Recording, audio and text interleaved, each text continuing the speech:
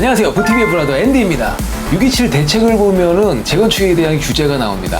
2년 실거주 요건이 있는데 상당히 파괴력이 있는 거죠. 사실 실거주라는 게 쉬운 게 아닙니다. 그 낡은 재건축을 기다리는 정말 수십 년 된 그 집에 2년 거주를 해야 된다. 쉽지 않은 일입니다. 그래서 요즘은 그러한 규제가 좀 덜한, 상대적으로 덜한 재개발로 관심이 쏠리고 있는데요. 오늘은 이 앤디와 함께 재개발에 대해서 좀 알아보도록 하시죠. 재건축하면 낙후된 단지, 아파트 단지만 갈아엎는 건데 재개발은 전체적으로 갈아엎는 겁니다. 넓은 땅을.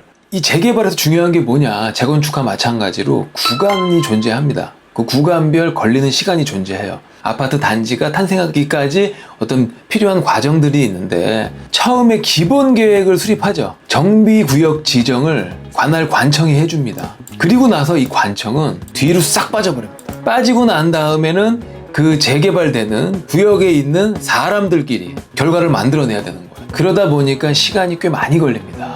추진위원회가 구성된 다음에 조합 설립 인가까지 걸리는 시간이 9개월에서 1년이 걸려요. 그리고 나서 시공사를 선정하고 건축 심의를 받습니다. 그러면 사업 시행 인가가 진행이 돼요. 사업 시행 인가 받는 그 순간까지 1년 반에서 2년이 걸립니다. 그리고 감정평가가 있고 조합원 분양 신청을 해요. 그래서 관리처분 계획 인가를 받기까지가 1년 반에서 2년이 걸립니다. 그 다음에 우리가 명도 소송, 또 이주민 철거 나가라고, 명도 소송은 나가라고 하는 소송이에요. 중국 입주까지 3년에서 3년 반 정도가 평균적으로 걸린다고 합니다. 여기서 조금씩만 더 걸리면 거의 10년이라는 기간이 걸려요. 짧은 기간이 아닙니다. 그래서 투자를 굉장히 잘해야 돼요.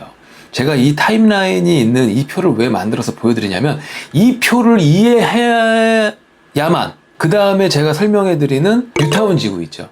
뉴타운 지구에 대해서 좀 감이 들어옵니다. 그래서 왜 이 정도로 가격이 평가되고 어떤 점을 유념해서 봐야 될지 이런 것들이 느껴지거든요. 그러기 위해서는 이 표를 이해해야 됩니다. 그리고 감정평가가 되면 우리 조합원들이 갖고 있는 땅이 있죠. 부동산이 있잖아요. 그 재개발 구역에. 그래서 감정평가액이 나오면 그 감정평가액 곱하기 비례율을 합니다. 감정평가액 곱하기 비례율이 있어요.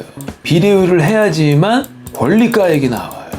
이 권리가액을 왜 도출해야 되냐면 이 권리가액을 알아야지만 분담금이 얼마큼 되는지를 알 수가 있는 거거든요. 근데 내가 권리가액이 적은데 조합원 분양가가 높다. 그럼 분담금은 증가합니다. 그리고 권리가액이 크다. 그러면 당연히 조합원 분양가에서 권리가액을 뺀 게 분담금이기 때문에 분담금이 작아지죠. 이 표를 보셨으니까 이제부터는 뉴타운을 한번 보시면서 재개발에 대해서 어떻게 투자를 해야 될지, 재개발은 어떻게 평가를 해야 될지 그런 것들을 한번 같이 고민을 해보시죠. 먼저 수색 증산 뉴타운 구역을 한번 보겠습니다. 이 수색 뉴타운은 DMC역 아시죠? 디지털 미디어 시티역. 얘를 기반으로 형성하고 있어요, 지역이. 아무래도 DMC역에 얼마만큼 가깝게 있는지 그거에 따라서 이 구역별로 좀 가격이 차이가 있을 것 같아요. 특히 증산 2구역, 그다음에 수색 9구역 같은 경우에는 굉장히 가깝죠. 여기 빨간색이 이제 분양을 예정하고 있습니다. 그래서 이 수색 13구역이 SK건설과 현대산업개발에서 이제 7월, 8월에 분양 예정에 있고 1464가구가 분양 예정에 있습니다. 그리고 수색 7구역은 GS건설에서 672가구가 7, 8월에 분양 예정에 있어요. 그리고 수색 6지역이죠. 수색 6지역은 GS건설에서 1223가구 7, 8월에 분양 예정에 있습니다. 증산 2지역이 GS건설에서 1386가구 7, 8월에 분양 예정에 있습니다. 이렇게 분양 예정에 있는데 여기는 무조건 청약을 하십시오. 일단 본인의 청약 가점이 65점 이상이다. 그러면 일단 무조건 청약을 하세요. 물론 그래도 붙기 힘들 수도 있어요. 당첨되기 힘들 수도 있어요. 제가 평가하기로 여기에 커트라인으로 한 69점 이상 되지 않을까 싶거든요. 실제로 이 수색지역에 있는 SK뷰 아파트에서는 만점자까지 나온 적이 있습니다. 청약 가점 만점자. 대단하지 않습니까? 저는 뭐 수능이라든지 학력고사 만점자보다 청약 가점 만점자가 더 힘들 것 같아요. 기분양된 것들이 있어요.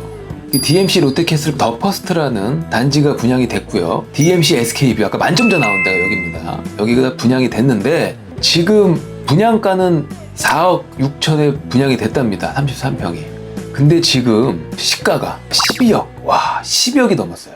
그냥 대충만 빼도 7억 5천 정도 이득을 본 거죠. 그리고 밑에 DMC SK뷰 보면 35평인데 P가 6억 7,800만 원이 붙어 있네요. 네, 이곳이 지금 수색 증산 뉴타운이거든요. 이렇게 연결되어 있는데요. 여기가 수색동, 여기가 증산동.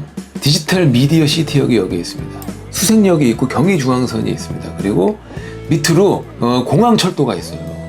그래서 6호선은 여기 위로 보면 증산역도 있고요. 세전역이라고 있어요. 네, 세전역이 있습니다. 그런데 이제 교통 또 생기는 호재가 있죠. 뭐냐면 서부선이 여기 연결돼요. 그래서 세전역부터 시작해서 여의도 노량진 지나서 서울대 입구역까지 연결이 됩니다. 그리고 또 강북 횡단선 들어보셨나요? 그래서 강북을 횡단하는 선인데 이 디지털 미디어 시티역을 지나죠. 목동에 시작해서 여기를 지나서 이제 저쪽 정릉, 기름, 청량리로 가는 거거든요. 그래서 강북 횡단선이 연결이 됩니다. 미디어 시티역에서. 그리고 또 DMC 업무타운이 있어요. 그래서 직주 근접이 이루어질 수가 있습니다. 그리고 다음 번으로 노량진 지구를 한번 보겠습니다. 노량진은 이곳에 있는데 이곳 노량진역이 있죠. 1호선. 그리고 9호선도 연결되어 있고요. 그리고 이 밑부분에 장승배기역이 있어요. 이게 노량진 뉴타운이에요. 위치는 여의도 아래죠. 대한민국 3대 업무지구인 여의도와 그 다음에 광화문, 그리고 조금만 들어가면 강남 쪽이죠. 강남 쪽으로 되게 가까운 거리에 있어요. 실제로 강남 쪽은 한 30분 이내, 여의도는 한 20분 이내죠. 15분 이내 될 수도 있고, 그 다음에 광화문 쪽이 한 40분 이내 정도 되는 거거든요. 상당히 가깝죠. 이제 이 구역들이 보이잖아요. 그럼 2구역이라든지 뭐 4구역, 이쪽은 장승배기역에 좀 붙어 있고, 노량진역이 여기 있으니까 여기 1구역과 3구역은 노량진역에 좀 가깝죠. 사실상 이곳에서 대장주는 1구역과 3구역이라고 그럽니다. 그래서 이쪽의 아파트들은 이제 한강뷰가 나오는 아파트들이 딱 생기면 대장주가 되겠죠. 그리고 이곳에 보시면 제가 좀 적어놨어요. 34평에 10억 매물이 있고 34평짜리를 입주권을 갖고 있는데 그 매물의 가격이 10억입니다. 그리고 34평과 1 더하기 1이죠. 25평의 매물이 있는데 그 가격이 지금 16억 8천이에요. 이 금액에서 내가 그냥 더 이상 분담금 없이 34평이 생기느냐, 34평 하나랑 25평이 생기느냐? 아니겠죠. 분담금이 생기겠죠. 그러면 여기에는 지금 프리미엄 P도 붙어 있습니다. 그러면 P에다가 내가 분담금까지 내야 돼요. 그리고 제가 이 지역이 노량진 2구역이죠. 2구역이면 사업 단계가 뭐죠? 사업 시행 인가 단계입니다. 물론 제가 조사했을 때는 지금 뭐 조합 설립인가 뭐 사업 시행인가 이렇게 써 있어요. 근데 이거보다 더 진행했을 수도 있습니다. 그러니까 꼭 확인을 하세요. 제 영상만 보고 그걸 믿지 마시고 이런 내용들은 다시 본인들이 이제 매수하실 때 또는 매수 계획이 있을 때 한번 임장 가실 때 꼭 확인을 하십시오. 자, 이번에는 한남지구를 한번 넘어가 볼게요. 한남지구 하면 명실상부 지금 대한민국 뉴타운 중에 최고의 지역 아닙니까? 넘버원이죠, 넘버원. 제 개인적인 생각에는 한남 뉴타운이 넘버원이고 여기보다 조금 아래라고 볼 수 있는 게 이제 성수동에도 지금 좀 개발에 호재가 있죠. 이 한남 뉴타운은 경의중앙선이 연결돼 있어요. 서빙구역이라고. 그래서 아까 우리 경의중앙선이 어디 있었죠? 저쪽에 수색 뉴타운에 있었죠. 수색 뉴타운에서 경의중앙선을 타고 몇 분 걸리면 서빙공역에 딱 도착합니다. 1, 2, 3, 4, 5구역이었거든요. 근데 이 1구역이 해제가 돼요. 그래서 2, 3, 4 구역만 남습니다. 그래서 3구역은 최근에 뉴스 보셨죠? 현대건설이 수주했다고. 그래서 DH라는 럭셔리 브랜드로 들어간다. 이런 뉴스가 나왔는데, 그리고 입지상 이 5구역이 좋습니다. 이게 동빙고동인데 이 5구역이 굉장히 좋아요. 왜냐하면 이 5구역은 굉장히 많은 부분이 한강과 붙어 있죠. 이런 한강변은 이 한강이 굉장히 중요한 역할을 합니다. 이 한강에 붙어서 한강 뷰가 얘는 게다가 북쪽에 있어요. 북쪽에 있다는 것은 남향으로 졌을 때 제대로 파노라마 거실 뷰에 한강이 잡힌다는 얘기예요. 돈의 가치로 하면 수억이 나간다는 얘기죠. 수억 플러스가 된다는 얘기예요. 그렇기 때문에 5구역이 입지가 굉장히 좋고, 그러나 이제 3구역은 한남동입니다. 한남동의 프리미엄을 이용할 수 있어요. 우리가 이제 재밌게 제가 하나 말씀드릴게요. 뭐 드라마나 영화 보면은 이런 막 통화 장면에서 이제 동네 이름을 많이 말하죠. 부잣집 아주머니가 딱 계시잖아요. 계시다가 전화가 와. 따르릉 하면 딱 받으면서 한남동입니다. 그러죠? 그리고 막 대사 중에 한남동 김 여사님께 전화가 왔어요. 뭐 이런 대사가 나온단 말이에요. 부유한 사람들이 많이 있다라는 어떤 그런 이미지를 갖고 있습니다. 그 이미지는 분명히 아파트 가격에 영향을 줍니다. 재개발 매물들도 이렇게 제가 재개발로 바꾸면 이렇게 볼 수 있거든요. 이렇게 매물들이 나와 있는데 이 재개발 매물을 이제 살려면 감정평가 금액이 나오지 않아도 근처에 개발된 곳이 있으면 그 곳을 본보기로 삼아서 좀 감평액이 추론이 가능해요. 그 지역의 비례율을 좀 빌려와서 쓰다 보면 권리가액이 나옵니다. 그러면 내가 부담해야 될 금액이 있죠.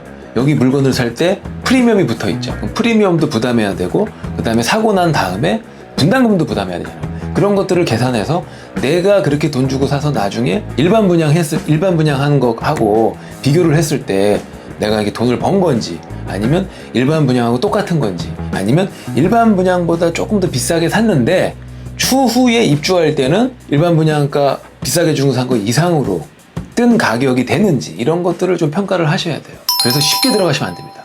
그리고 아까도 제가 보여드렸지만 너무 중요하기 때문에 제가 한 번 더 보여드리는 거예요. 만약에 조합 설립 인가에서 샀다. 그러면 준공 입주까지 얼마나 걸리는 거예요? 이거 다 더하면 되죠. 2년, 2년, 4년에 3년 반.